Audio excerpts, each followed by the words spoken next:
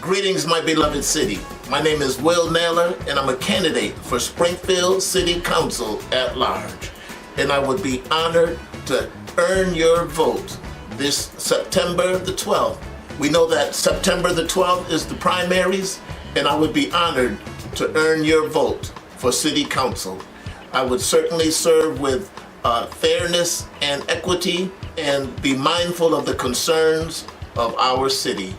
I am a new voice in our city with the concerns of the city in my voice. Welcome, Will. It is a pleasure to have you on the show.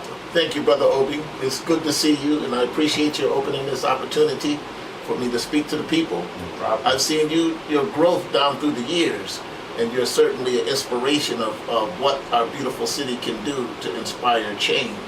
And so this is a beautiful media that you have. Thank you for this opportunity to talk to our people. I appreciate you for being here. Yes, I appreciate that. So let me ask you, what made you run for office? Well, this is an evolution of my life. It isn't something I decided overnight, but it's been an evolution over the past 35 years. When I first came back to Springfield from the Amherst area, I felt a compulsion to do better, with my life, to go through the transformation, to get myself together. And so, I was able to do that through the ministry. I would spend my warrior days, in the faith building. Yes. We built our church, Holy Redeemer Cathedral, under the leadership of my brother, Bishop NAYLOR. And so it inspired the best part of me. It woke up, a caring and a compassion and a love, for our city, as well as a transformation of my life from a destructive path to a constructive path. And so I wanted to give back to my city, to be a helper and a healer, to be a practitioner of the healing arts. So, what are you looking to change in the community? Well, right now, it's important to get into the room where the decisions are made. True. So I'm standing on a platform which is already part of my foundation of unshakable integrity, one that has been built on consistency of community service. I have been a community health worker, a clinician, a counselor in the substance abuse area, as well as an ordained minister. And I've also been a coordinator for many of our cultural arts in the community, such as the Stone Soul Festival, the Bishop NAYLOR Day Festival, the Pamusa Underground Railroad reenactment. And so I've been a part of helping to make our community healthier, safer, and a better place to live for the past 25, 30 years. Amazing. Now let me ask you, what makes you a great candidate? Well, I believe that in this season of my life, Obi, it's time to make a statement. As I, said, I spent my earlier years, running the streets and things, Yeah, we all have. Well, I didn't hang out at the Dunbar. Yeah.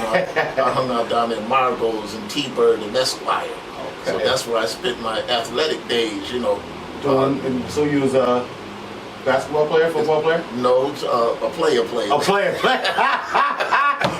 Maybe I shouldn't have said that. Maybe edit that part. Edit that out, yeah. But that was my youth, when I was into my, egotistical days.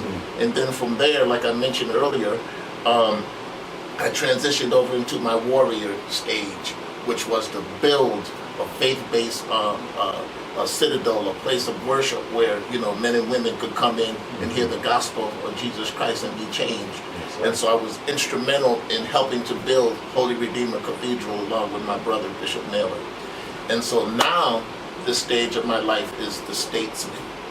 And so from all of those experiences, the life experiences, I have refined my perspective. And so I believe that, I would serve the city council with decorum, grace, and fairness. I've been in the trenches where I've heard the voices, of our people who have been sick and suffering and who struggle with mental health issues and economic disparity and social injustice. I've been a part of all that. I've been an advocate for those who couldn't be a voice for themselves. And so I've been instrumental in helping to address those issues in our community.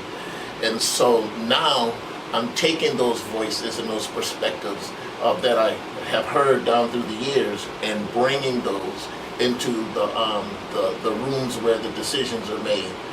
So, you know, I will serve with fairness.